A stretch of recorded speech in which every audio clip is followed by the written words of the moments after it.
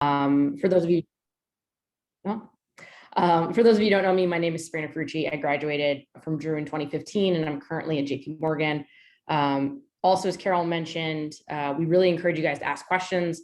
The kind of more questions, the more content we have to discuss, the better the event will be for everyone. So please, no topics are untouched. And if you would rather address a question kind of more directly to myself or Miguel or Carol, you can direct message us through the chat feature. But if not, feel free to fire away. And I think with that, I'll pass it off to our expert alum, Miguel, and he can provide some background on himself. And, you can dive into any topics you'd like, Miguel, or we can kind of start with some questions.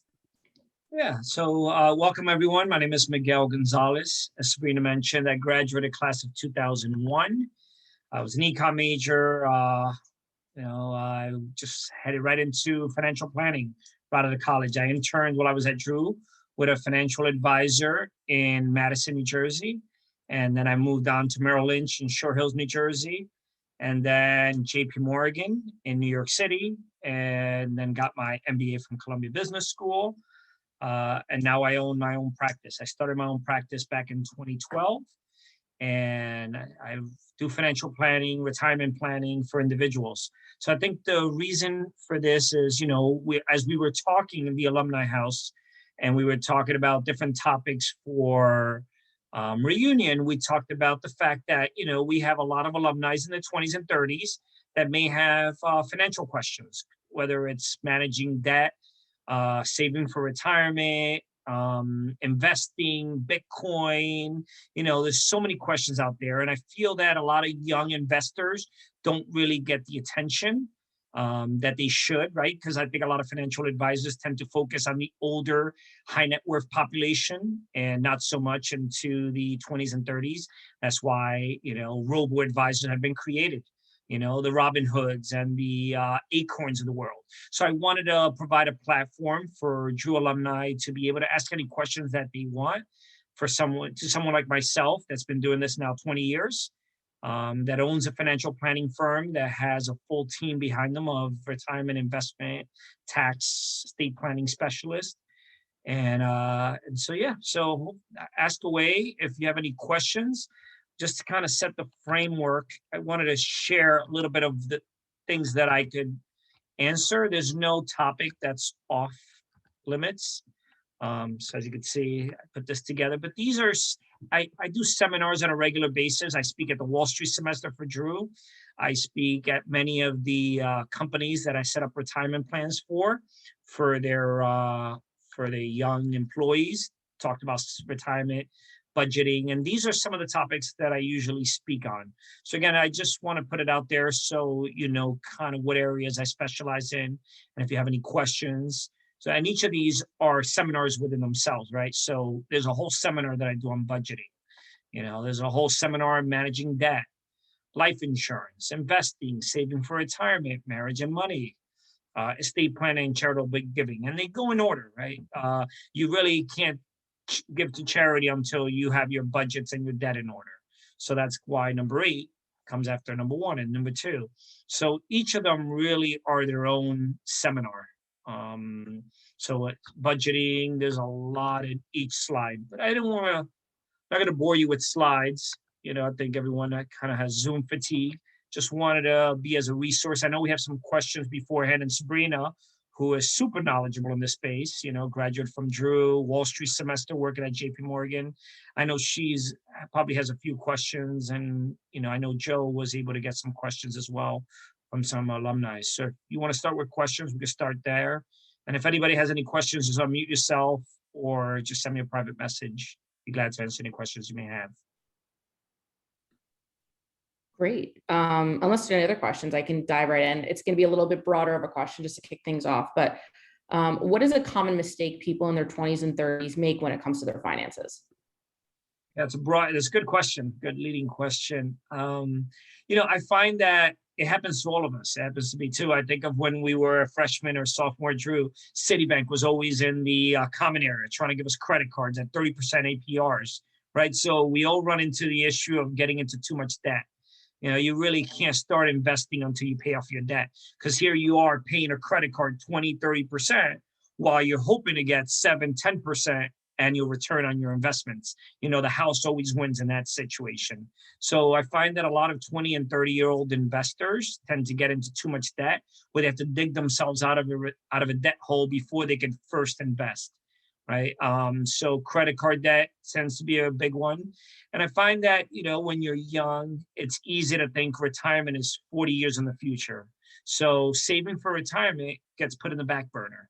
You know, I need to spend money now. I have a cell phone, I have a house, I have car payments, whatever the case may be, and retirement is later on. And one of the great things that young investors and millennials do have is that they have time on their side. If you could put money now, that multiplies because of compounding interest. And you don't have to be even put in that much. During one of the seminars, I talk about how putting in $1 a day when you retire, you're going to have several $1 million versus if you were to save later, it's going to cost you a lot more to save. So I find that young investors, they run into a lot of debt, which prevents them from saving and investing early. In addition to that, you know, clearly not participating in their company's retirement account or even putting money away into an individual retirement account. And life insurance. Life insurance is a big one. You know, it's one of the things that you know for a fact that life insurance premiums are going to get more expensive the older that you are. So I got my first life insurance when I was 26 years old. I wish I would have gotten more. Wish I would have gotten it right out of Drew. Because the younger you are, the cheaper it is. And you're going to keep it for the rest of your life. But you don't think that far ahead. You think, you know, I'm never going to die. I don't need life insurance. I'm 21. I'm 31. You know, I'm not going to retire. You know, I need to worry about now. Forget about retirement. I'll worry about retirement when I'm old. You know, so I find that those are three of the big things that really, if I could go back and, you know, advise my own self, more insurance, start saving for retirement, and don't fall into that, you know, let's put it on a credit card debt situation. Why do the premiums get bigger as you get older for life insurance? Why? That's a good question. So the life insurance, the way that it works, yeah, the way that life insurance works is your mortality. So the insurance companies know that the older you are, the more likely you are to die, right? And that's why women pay less premiums than men do, because women live longer than men. So insurance companies have this all figured out. The older you are, the more expensive they're going to charge you for that life insurance. The younger you are, the cheaper the life insurance is going to be, because the likelihood of you dying in your 20s is not so likely versus the likelihood of you dying in your 60s and 70s. So they have it all figured out. So if you could lock in that price, right? I mean, I locked in $116 a month. We have a great alumni that are in the insurance business. And when I graduated, they reached out to me and I got life insurance from them, you know, and they walked me through the whole path. If I could get that same deal that I got in when I was 26, I would jump in a heartbeat. Now it's like 10 times the price. And I'm still healthy, in great shape. So Nevin, is one of those things, the older you are, the more expensive it's going to be because the more likely you are to pass because the older you are. So again, you know, if you could get it young, definitely get it, even if it costs you. Does that compound with like health issues and stuff? So like if you have pre-existing conditions, does that also aggravate it? Yeah. So age is a big portion of it. And then once you get over the age, then you get rated, right? Preferred best is the best. You know, you really have to be in insane shape. And then you have preferred, and then you get rated. So if you have medical problems, you're going to get rated. It's going to be more expensive. If you smoke, that's a big one. You know, heart issues and smoking are the two biggest indicators of life insurance premiums besides your age.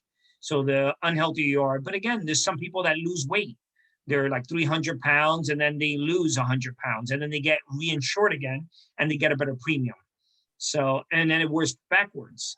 You know, where, you know, you get diagnosed with sleep apnea because you go for a physical and they figure out that you may have sleep apnea and now your premiums jump up. You can't avoid it because no matter whether you go to the doctor, whether you go to the hospital, there's something called the MAB, which tracks all your claims. So whether you want to hide it, there's a database that collects all your history. If you ever said you went to a psychologist because you felt paranoid, if you ever tried marijuana, it's all in this database that will come in when the insurance companies start pulling in your information. So the sooner and the younger that you can get it, the better off you're going to be.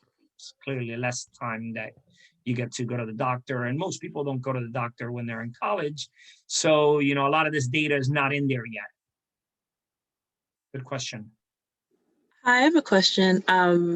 I just graduated like 2 weeks ago, so I don't know if I'm also supposed to be here. But so you're talking about premium. So let's say I'm 22 right now and I get it tomorrow, and it's going to be the same price until I die. Is that how it works? Or like, let's say I find out I have some condition, will it go up? Like, how does that work? Good question. I'm going to put a link on the chat, and this is not. It's just for you to be able to figure out how much it's going to cost you to get life insurance. And then there's also a calculator. It's free. You just go in the link and you put in your age, you put in where you live, and then it tells you how much insurance is going to cost you. It's just a calculator, and it tells you how much life insurance you need. You put in some basic information, but you're ahead of the game. The fact that you just graduated and you're already looking at financial strategies, most people don't look at their finances till they're in their 50s, right? 40s. So, kudos to you. But what I would say is, it is fixed.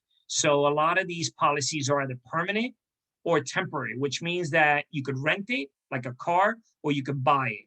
So if you were to rent it, you're going to rent it for 30 years. So you would pay the same price every month for 30 years. Now, if you die in year number 5, the insurance company gives your family, your beneficiary, the money. So that is fixed. It doesn't go up. Doesn't matter whether you get diagnosed with some issue afterward. They can't raise your premiums. That premium is standard across all 30 years. That's temporary. You're renting it for 30 years. The other insurance is permanent, meaning it's for the rest of your life. You live till 110, you're going to have insurance till 110. And that is also fixed. And that's the great thing about life insurance. Get it young and when you're healthy, because no matter what happens down the line, they find out you have some major medical issue. They cannot raise your premiums. They cannot kick you out. They can't terminate it. You have it for the rest of your life. So, that's why you want to get it when you're young and healthy, not when you're old and unhealthy, because it just gets too expensive. But I just put it on the chat. So if you click on that link, you'll be able to estimate, you'll see it, all the major carriers there. Prudential, I use it as a resource to figure out how much things are, because everybody's different. And then you could see, sometimes it could be $30 a month, sometimes $100 a month. So you'll be able to run the calculator yourself. Did that answer your question? Yes, thank you so much. Problem. There's a question by David, advise, oh, sorry, it's just to me. So private, I'm getting a lot of private messages, so I won't read who it's from. Advice for college junior who's almost $20,000 in savings, and how much to invest if time frame of needing money is over 7 years. So 7 years is pretty good, right? The way we estimate time horizon is 1 to 2 years is short term, 2 to 5 years is intermediate term, more than 5 years is long term. So 7-year time horizon is pretty good. Total stock market fund is a reasonable idea. So to the person who asked that question, it really depends on your debt. Everyone's so quick to invest because there's so many apps now that you can just set up on your phone and invest. But I feel, and I have a whole seminar about investing. One of the things about investing is you have to be ready to invest. It's not just I have the money in the bank and I have 7 years, I'm ready to invest. I want to make sure that you've done your homework. I see that a lot of the best investment accounts are people who invest in something that they care about, something that they track. So if you're in technology, you want to invest in technology because that's something you understand. If you are in robotics or self-driving cars, you're going to understand what's happening with the Tesla and the batteries and how they're leasing out the battery science to other manufacturers to advance the battery life, to make it smaller and longer lasting. So these are things that you would know because this is an area that you're invested in or that you're knowledgeable in. So I would say that first, you want to make sure that you have your debts paid off. Number two, you want to make sure that you have an income stream that you can depend on. So you're not investing in something and all of a sudden you have to peel out prematurely. Because sometimes when you peel out from an investment before you may be selling at a loss.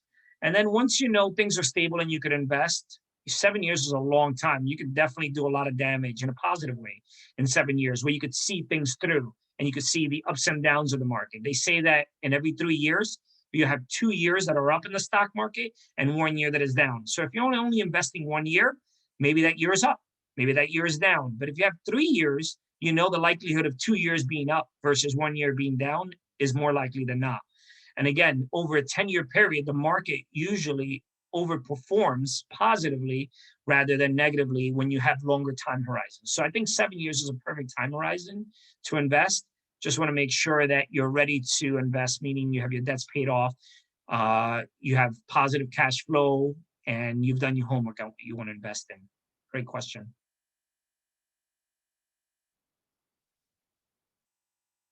Any other questions? I can toss another one out just to keep things going. Kind of on the same topic you just touched on. What advice would you give to someone who wants to become more active in investing? You mentioned a lot of platforms now are available.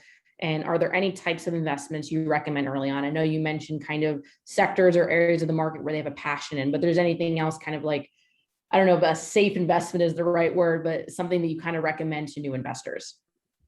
Yeah, so there's so many platforms, right? The world that I grew up in was you needed a financial advisor because you really can't do it on your own. But I find that there's three types of investors. Those are the three that I always come across. One is, I want to do it myself. I want to do my own research. I want to do it myself. I don't need anyone. I'm ready to go, right? That's the do-it-yourself investor. There's the other one that's kind of in between where they're like, just get me started and then I'll take it from there. And then there's the one that says, you know what, I don't have enough time. I don't really want to deal with this. This is a second job for me. I don't want to do the research. I don't want to monitor it. I want you to do it for me. So, depending on what type of investor you are, it depends on what kind of investments you're going to be purchasing. If you are going to do it yourself, I would definitely say that you want to find an online cheap, brokerage firm like a Schwab, an E-Trade, a Robinhood. The cost for you to do business at these platforms are very cheap, $5 a trade. Sometimes if they're using their own mutual funds, it's $0 a trade. I think this world is going to go where they don't charge you for the investment anymore. They're going to charge you for the advice because there's so much data out there that there's no reason why you should be paying a transaction fee. And more retailers are going that way. So one of the things that I would say, so again, if you're going to be doing it yourself, find a low cost firm and do it yourself. Buy ETFs, buy individual stocks, buy mutual funds. You're going to be doing it yourself, do your research.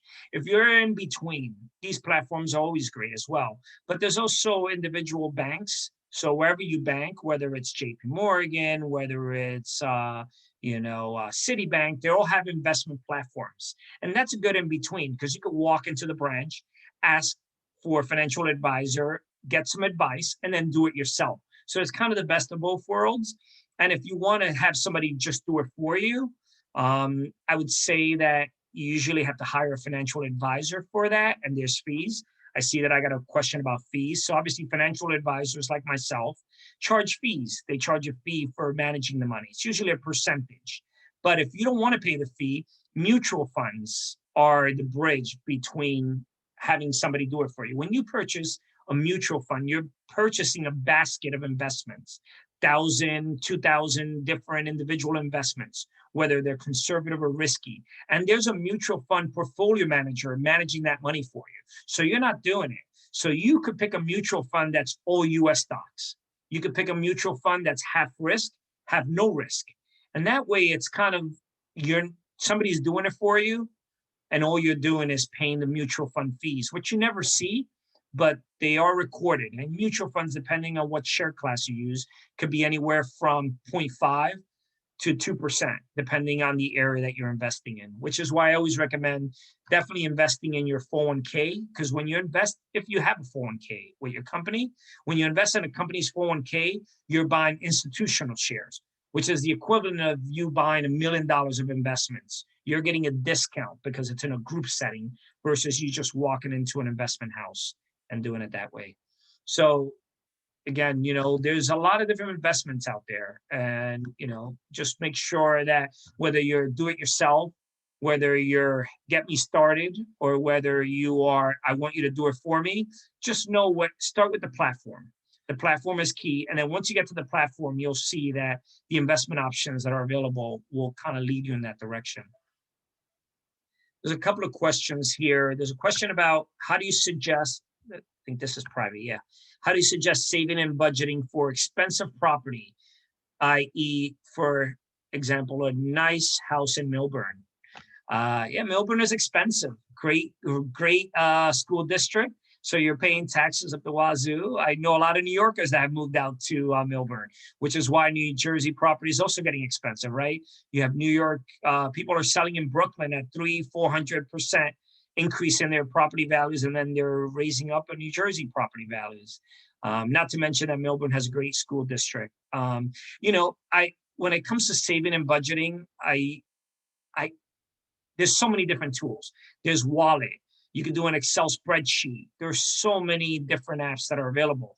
I find that the Wall Street Journal 5 years ago, and I tell this to everyone, you know, I didn't know what questions we were going to get, but these are kind of the same questions that I get on a regular basis, is that, you know, the Wall Street Journal came out with something 5 years ago that kind of changed the way that I budget and save money and the way that I've advised my clients to, whether they make $10,000 a year or $10 million a year. This kind of works for everyone. One of the things that the New York Times said is you want to create 3 separate checking accounts. One is your operating account. Figure out how much all your expenses are on a monthly basis. Rent, the fixed expenses, the ones that you know to the dollar how much they're going to be. Rent, car payments, and pay it from that fixed account. That way, that fixed account always gets money at the beginning of the month, and at the end of the month, it disappears because you pay all your fixed expenses. That way, you know that that's the account you want to fund first. That way, you still have a car, you still have a home. The second account that you want to save on is your variable account, meaning these are the things like food, groceries, coffee. And that's the account that you don't know what's going to come in because every year, every month is different. And that account, the goal of that account is not to track it. You can't track an account like that. There's too many variables involved. The goal of that account is to make sure that there's money left at the end of the year. So if you put in, for example, $2,000 in that second account for variable expenses, and that month you don't go to the restaurant often, but you have more coffee, that account could be a zero. Therefore, you haven't saved any money. But if that account, that $2,000 in that variable account at the end of the month has $1,000, that's $1,000 that you're able to save on what I call the third account. And banks will open up unlimited checking accounts for you. There's no extra fee for that. And they let you nickname them. So you can nickname the first one, my fixed accounts. You can nickname the second one, my variable accounts. And you can nickname the third one, my savings. Once you got the first one taken care of, which is your house and your fixed expenses, then you have your variable. If there's any money left over, it goes to your savings account. And that's when you can start investing. So what I would say, suggesting as budgeting for your house in Millburn, is start building a plan of what your fixed expenses are, what your variable expenses are. You're not going to affect very much change on fixed, but if you could cut down your variable expenses. I have clients that they didn't realize how much they were spending on Ubers. Now, this was pre-pandemic.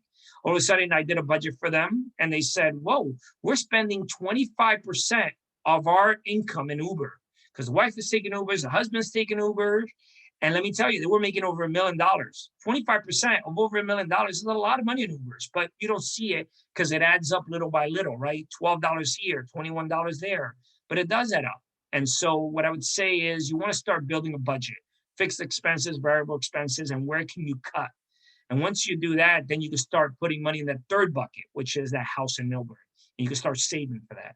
So you can't do it until you know what your fixed and variable expenses are. There's another question, seems for everyone. So Ashley, can you speak about fees that advisors charge to manage money? What's the norm, what's the average? It's a very good question. On average, the average advisor usually charges a percentage of the money that's in there, which is great when you have very little money, right? If you have $500 in your account, you're going to pay $5. But that's not the reality. The reality is that most advisors and a lot of firms now are setting minimums. When I was at Merrill Lynch, the minimum was $100,000. Now they're talking about making it $500,000. So they're making it harder for small investors to save money because the way that it works is advisors are giving their time, their expertise, and they feel that they want to be compensated more than a few dollars per account. And so most advisors charge a percentage of money under management.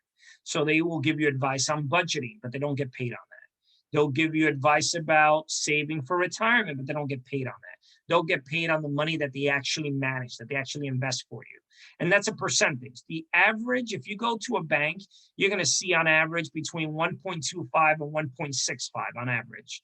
If you go to a wirehouse like a Morgan Stanley or Merrill Lynch, even though Merrill Lynch is now part of Bank of America, you're going to see anywhere from 1 to 1.25. If you have institutional money where you're talking about investing $500,000 to $1 million, maybe 2 million, the more money that you have, the lower the percentage is. So they give you a discount. So once you get to $1 million, the average is about 1% of the money. Once you get over $2-3 million, about 0.9, and so on and so forth. So, whether you hire an advisor or not, each investment typically has investment fees as well. Mutual funds have internal fees. ETFs, which are when you buy the index, like the S&P 500, the Russell, typically have a transactional cost for you to buy them. $10 in, $10 out. So fees are important. I'm glad you mentioned that, because clearly the more fees that you pay, the less you get to keep. So if you see that your mutual fund paid you 8%, chances are that mutual fund really made 9%, and 1% was taken off for fees. So fees play a big part in the long run, right? You can see how expensive one mutual fund is, one investment is for 1 year, maybe not such a big deal. But once you keep that same investment for 20 years, that's 20 years of that fee. You want to make sure that you're getting your money's worth. And so it's not uncommon to speak to your advisor or speak to your bank. What fee am I paying? They have to be transparent. And what am I getting for my fee? So that's a very good question. Don't be intimidated. I know that sometimes, walking into a bank or walking to a financial firm, you don't want to ask those questions, but I think it is prudent. And nowadays, everything is out in the open, whether it's because of regulations or just social media, researching all this, it's all out there. So definitely ask and make sure that you're getting your money's worth, because sometimes you're paying a fee that you may not realize you're paying, and they may not even call you for a year or two. I got another private question here. As a younger investor, I'm putting a lot of money into high-risk ETFs, as you should, right? You got plenty of time to see the ups and downs through Vanguard, great organization, but want to make sure my assets are fairly liquid in case I'm in a pinch. How should you assess if paying a higher cap gains tax is worth, especially when trading individual stocks? That's a good question. So, the question was asked is, I'm invested. I'm a young investor. I'm risky, but these are what they call marketable securities, meaning you can sell them. They're not illiquid, right? You're not locked in for 6 months, a year. You could sell them at any time. But the question is, when you sell before 1 year, when you hold an investment for 1 year more, you pay long-term capital gains, which is a more favorable tax on these gains. When you hold them for less than a year, you're paying ordinary income, which is your ordinary tax bracket, as if you made this money at work, which tends to be a higher percentage. So the question, in my understanding of the question, is, if I sell early, does it make sense, or should I wait till the cap gains, meaning till I'm at least 1 year in, and save the taxes on it? That's a hard decision, right? Because if I knew what the stock or what the ETF was going to do tomorrow, I would tell you. But it's hard to know what tomorrow brings and what the crystal ball is. But what I do for my clients is I do a break even. So I'm like, all right, if the stock goes down by more than 10%, you're better off selling it now, because the tax burden on you selling it early is X dollars. So what is that equivalent on a loss of the ETF? And that's, for that particular scenario, was 10%, because it wasn't a high flying stock. So if you're talking about high risk ETFs, likelihood is the volatility on it intra-year could be 20%, could be 30%. I mean, cryptocurrency is 1,000% a year. So if you're talking about high risk, the likelihood of you losing money is greater than the benefit of you getting a cap gains taxes versus ordinary income. Because a traditional tax bracket is 25, 28%. Cap gain could be 15, 20%. The difference is 10, 15% here or there. That is not enough to make sense for you to keep something that has gone up, because you want to wait for the year to be up. So when you're talking about high risk investments, the cap gains should not play a factor in it, because again, the loss could be more than what you're benefiting it by keeping it over a year. But if you are thinking of buying these high risk ETFs, what I always advise is putting in a retirement account. In a retirement account, you don't have to pay taxes on the gains or on the losses. You could buy, sell. There's no tax implications because you're buying it in a tax deferred account. But then that gets rid of the, like you said, in a pinch where you may need the money. Retirement accounts, you can't take it out without paying a penalty to the IRS until you're 59 and a half years old. So again, if it's long-term money that you're not touching it till you're 59 and a half years old, retirement accounts are great because you don't have to worry about the tax implications of selling it 1 year, 2 years, or 6 months. Hopefully that was, if that did not answer your question, let me know. There's another private one here. Any bank recommendations that offer a high interest on savings? I wish, we are in a low interest rate environment, which is good for people that are looking to borrow. If you are looking to borrow money, there's no time like the present. 30-year mortgages on average are at 3%. 3%. You're not going to see that probably for the next 30 years. 3%. That means that you're going to lock in, you're going to take money from the bank and give them 3% a year for 30 years. You can't beat that. So if you're borrowing money, great time. Your question is if you want interest on your money, bad time, right? Because interest rates are so low. What I would suggest for high interest rates is online accounts. You have to think of the economics of the banks. A bank like Sabrina mentioned, like JP Morgan, they have to pay for their overhead. They have office space. They have employees. They have utility bills. They're not going to give you a high interest rate because they have bills to pay. But an online bank like Capital One Online, HSBC Online, Allied Bank, these are online. They don't have overhead. They don't have employees. They're online. So they're going to usually give you a higher interest rate on your money than you're going to get from a brick and mortar bank. But what I suggest is go to bankrate.com. I'll put it on here, bankrate.com. It's a great website for you to research where interest rates are. So you could see that there's a bank called Bank of India. It's not in India. It's a US bank, FDIC insured, but they give high interest rates. So bankrate.com, you can look based on your zip code, what banks are available and what interest rates they're paying. And that's a good way to go. Again, you link it up to your traditional bank, then you move the money from one bank to another bank. It takes about 2 to 3 days to get the money back, but they do pay higher interest rates. And so just think of where the overhead is for the banks and what banks are online, and they tend to have a better interest rate. Cryptocurrency, it took a while. Here, Joseph. It's on there, so it's public. Yeah, I knew that was coming, right? I mean, you can't get away from talking about crypto. A year ago, nobody talked about it because it was in the toilet. Now, crypto's up again. Coinbase just tripled in the last year. Bitcoin is at, I think it's 30,000 now, a coin, So, I can't say very much about cryptocurrency because financial firms don't like it. And they're kind of handcuffing financial advisors from giving information about this, because if you make money, you don't get a victory lap. But if you lose money, you get sued. So they're really kind of not letting us talk about crypto that much. But what I do say on a regular basis is do some research. Keep an eye out on the cryptocurrency you want, whether it's Dogecoin, whether it's Ethereum, whether it's Bitcoin. Just look at it. Monitor it for a couple of days, for a week. Look at the volatility. Look at how high it goes and how low it goes. Get accustomed to that movement, because if you can stomach that, that's your first step. You have to be able to stomach just the volatility on it, because unlike traditional stocks or ETFs, it's all on a supply demand. There's nothing backing it. So it's just how many people want that currency and how much supply is out there. And that is all available. You could find that anywhere. You can Google any kind of currency and see what's out there. But the numbers are kind of based on just supply and demand. And it's a young market. Most of my old clients, I would say all of my older clients, they don't want to touch it. The banks don't want to touch it. And I think it's a beautiful thing, because it's the young investors that are looking at different ways of doing something, getting away from the traditional way of doing things. And that's the way we got to think about, right? Sometimes the old way is the old way. And if you don't adapt, you disappear. And so I like crypto. I'm interested to see which ones last.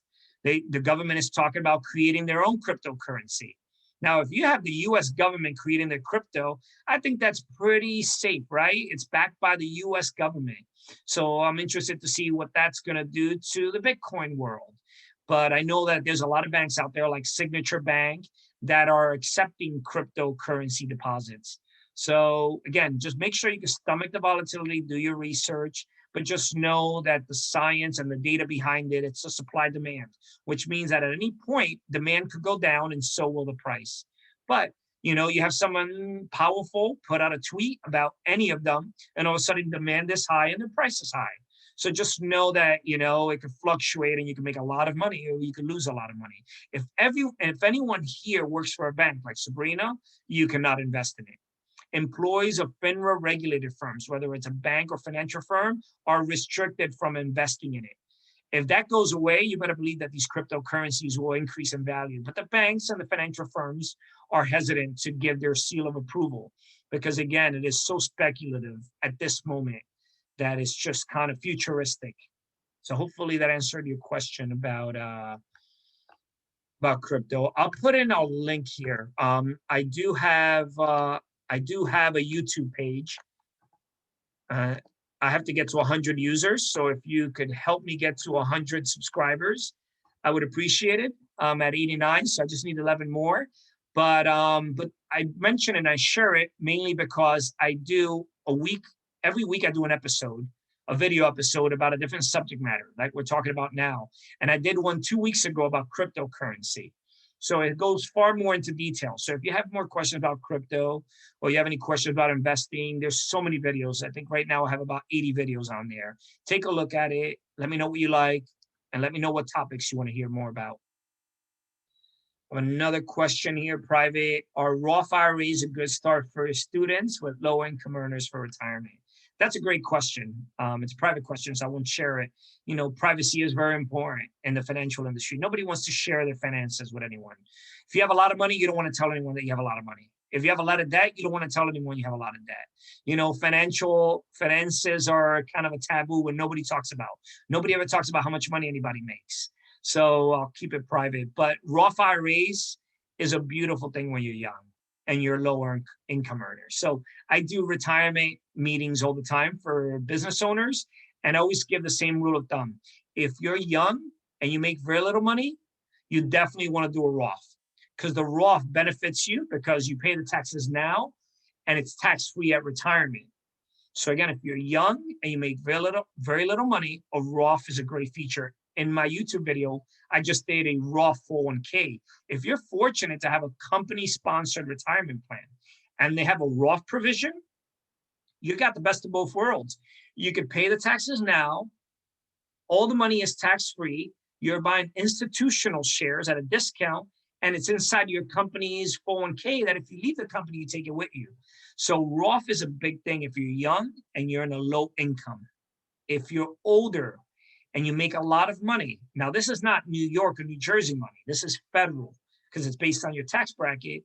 And you're probably more likely to do a traditional account, whether it's a traditional IRA or traditional 401k. The rule is just based on how much time do you have to retirement and how much money do you make. So again, if you're young and you make very little money, Roth is your best friend. If you are older and you make a lot of money, you want to go traditional. You want that tax benefit now, and you don't want to deal with the taxes till later. Somebody asked, oh, there you go, Andrew, what is older? Now it depends. 20s, clearly Roth. If you make very little money, federal, right? 30s, you're still eligible for a Roth because retirement age on average is 65. So if you're in your 30s, you still have another 30 years to make that money grow tax-free. Once you start hitting 50s, now you start thinking of preserving that because now retirement is 10, 15 years away.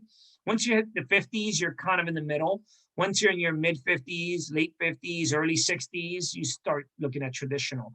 But I see young investors all the time doing traditional because we are of the generation that we want the tax benefits now. If I put in $5,000, I want to get paid now. I want the benefit now. And Roth is not like that. Roth is you hurt now, benefits later. Traditional is you get your benefits now.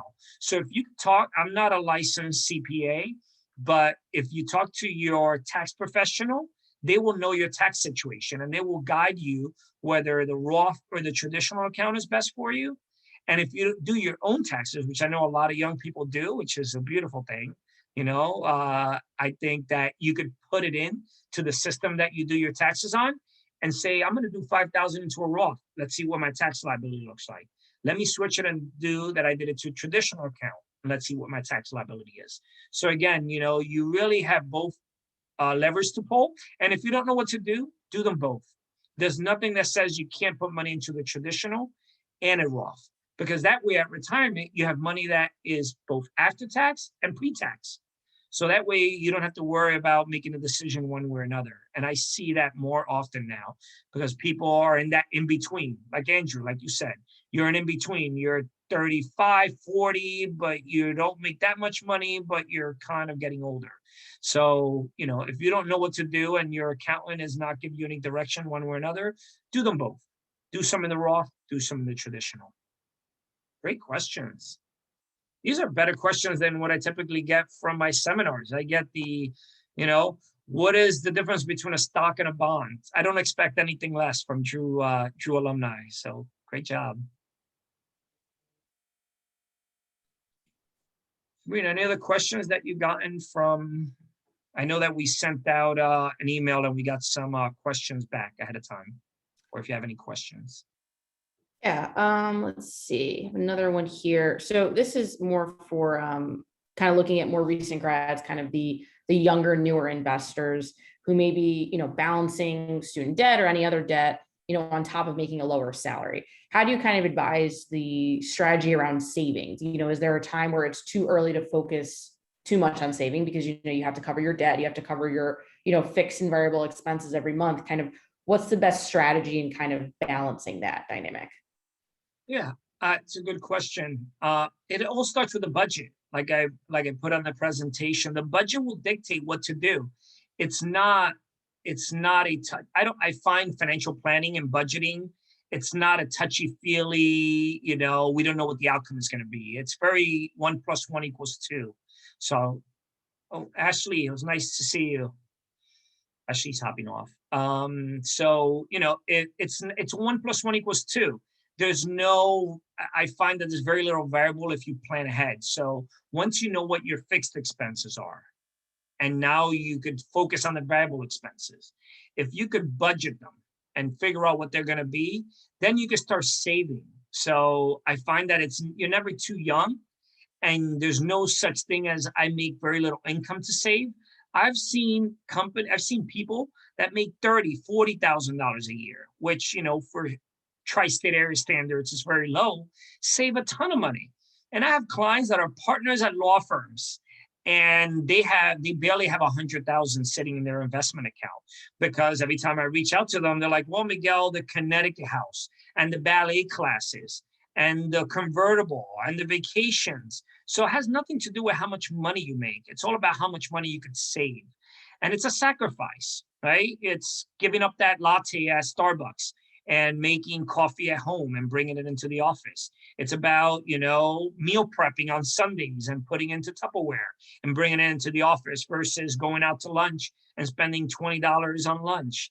So, so there's no such thing as when can you start saving. The sooner you start saving, the better off you're going to be, but it's a sacrifice, right? You got to give up things. So you can't go to Starbucks, if you smoke, that's a big one. I find that a lot of people that quit smoking, all of a sudden they're saving money. Drinking, you go to a bar, $10, $15 a drink, versus you going at home and buying a bottle for $15 and, inviting some friends over. So it's never too early to save. And the sooner you could build a philosophy of saving, the better off you're going to be. My father is of the, Depression era. And he saves everything. He has plenty of money. And I always find it so frustrating that he has so much money and he's, haggling about a $2 soda. They charge me 10 cents more. But, those are the people that are saving versus the ones that are, wastefully wasting money. So there's never too early to save. And if you start saving while you're young and you pay off your debts, you're going to be in a position where a lot of my clients that have sacrificed are now, and they don't have to worry about their finances. They don't have to worry about going out to eat. So it's that paying early to benefit later. They're retiring early. You see them, they're happy-go-lucky. As a matter of fact, one of my clients, husband and wife, they live in Putnam Valley. I got a referral from their next door neighbor. and they talk over the fence every single morning. And when they called me, I'm not going to use their names, but when they called me, they're like, Miguel, every time we talk to them, they're so happy. They're retired. They're not stressed. The market's going up. You see them gardening and having drinks on the balcony. We're stressing. We're nervous about everything, and they're so happy. What are you doing for them that we need to be doing? And they have more money, and they're stressing. So it's interesting when I see both of their investments, because now they're clients too, and they're stressing because they never really worked on a budget. They never really saved, and they don't know what they're doing. So I find that, you don't want to be stressing when you're 60 years old, 50 years old about money, because, it's very stressful then. You want to do the hard work now while you can. If you could stay living at mom's or dad's house and save money, that's great. If you could, go to a bar that has appetizers when you order a drink, that's a win. So any way that you could save the money now, it's great. And it's going to pay dividends in the future, both because of compounding interest and because you're going to set yourself up for just that, better position later on in life. Joe had a question. How do you prioritize saving money for big events? A marriage, having children, buying a house versus non-essentials. How would you advise people to navigate the decision-making process? So it's interesting because most people, right? They move in a linear line. You graduate from college for the most part. Then you get your first job. Then you get married. You have your first child. Now I know that not everybody happens that way. Sometimes you have first child before you get married. But that's a whole nother story for another topic. But, you get your first job, you get married, you buy a house, you have a child, you go to college, you retire, and now you want to give money to the grandchildren. That's kind of the evolving financial thing. And you want to tackle them as they come on, right, Joe? So you got to budget for all of them. And one of the hardest part, at the beginning, it's easy. You're young, you have a budget, you have expenses, you know what your expenses and the big purchases are going to be. Marriage, house, family. What gets really tricky in the 20 years that I've been doing this is when you're saving for retirement at the same time that you're trying to put children through school. That's the hard part. And that typically happens around your 40s and 50s. You're putting the kids through college and you're saving for retirement. And that is really difficult to do. And I get that question all the time from my clients. Miguel, I'm being pulled, college or retirement, And what I find that is you really have to do both. And that's where that budgeting comes into play, where I start looking at, well, maybe student loans may make sense. But then once the child graduates, you are going to be in a better position to pay that off. Or maybe you could, delay it. Instead of a 10-year payment, you could push it to a 30-year payment, So there's no way to prioritize it other than, what's next in line, because you got to tackle that need first, want later. So when I do a financial plan for clients, I separate their needs and their wants. I want to make sure that we budgeted for the needs. The needs are important. These are the things that you need. You need to get married. You need to buy a house. You need to send your kids through college. The wants are, I want a second home in the Hamptons. I want a convertible. I want to take 2 vacations. Those are the wants. So I want to make sure that the needs are covered first. And most financial plans, whether you're using eMoney, Money Guide Pro, Living Balance Sheet, there's so many out there, they will separate the needs and the wants. So focus on the needs first, because those are priority, the wants later. And then, figure out which one comes first based on time horizon. So in your question, normally marriage comes before buying a house, but sometimes you do buy a house first. So just based on where you want to be and what you want to do first, I would tackle that first, because that's an immediate need versus a future need. That happens often. Good question. I'm going to order an Uber just because I have a client meeting to go to. So don't mind me. Any other questions, Sabrina? I know you have a lot of questions because not only are you in the business, but I know that you know this industry inside and out. What are other questions that young alumni or other peers have in terms of financial planning? I think one of the big things, and this is something that even I didn't really know for sure about, was kind of what's a 401k? How does it work? What are the kind of like the key things that you should know kind of walking out of this today about your 401k and what you should do for it going forward? So 401k is my favorite, because I love setting group retirement plans. They have a lot of benefits. So I like setting them up because they tend to be win-wins for companies and their employees for various reasons: lower fees, tax benefits, retaining good employees, attracting good employees. But I don't know how many of you, I don't see any cameras watch or used to watch The Big Bang Theory, but Penny on The Big Bang, there you go, Joe. Penny on The Big Bang Theory, somebody says 401k and she's like, oh, is that a race? Like a 5K or a 10K. And the New Yorker had a great caricature that says, we can't seem to keep employees. Every time we tell them you need to do your 401k, they quit on us. They say, I can't run that far, right? So it's, a 401k is not a 10K or a 5K like a race is. It's a type of retirement account. And 401ks tend to be for-profit businesses. Just to give you a little bit more detailed, if you work for, because I know we have other people here that work for not-for-profits or schools or hospitals, you would have a 403b, right? So 401k versus, I'm typing it in, but it's not going in, 401k versus 403b. So it's the same. A lot of regulations has been put in place where they're the same, but 401ks again are for-profit companies like banks, for-profit corporations. 403bs are schools, hospitals. So Carol, you probably have a 403b at your university. So schools, hospitals, not-for-profits have a 403b. If you work for the government, you would have a 457.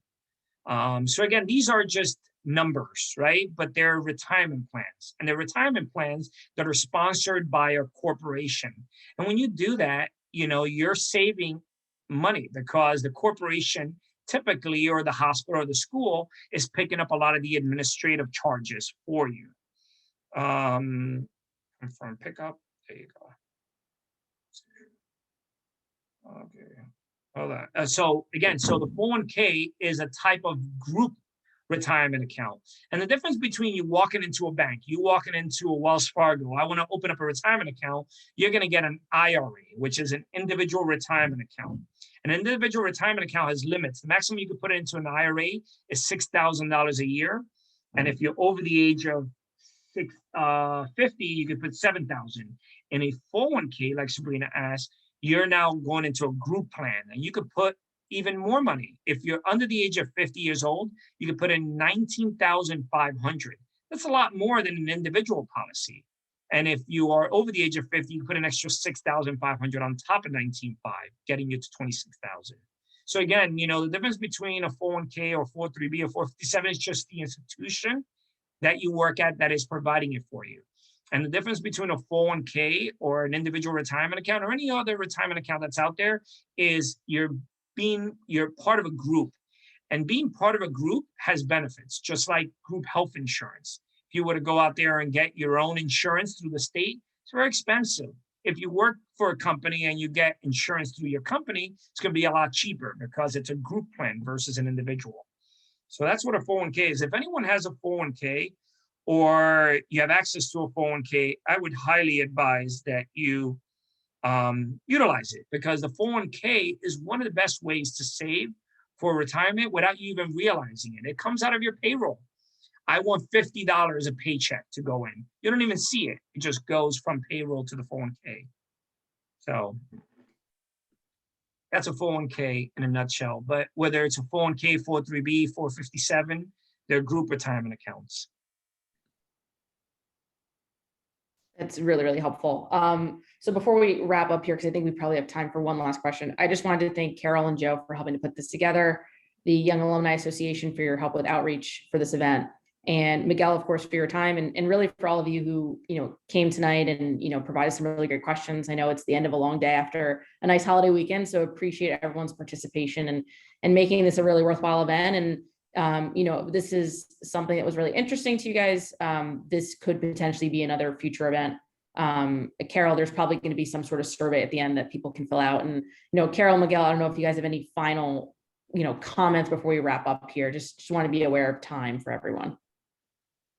This was great. Thank you, everyone, for great questions. The Q&A is always the big thing. When I do presentations, I speak for 20 minutes and then Q&As go for an hour, because I think, there's so much information out there, but it's important to ask the questions because I think it's very important to understand how these things work. So I know there's a lot of questions that's still coming in.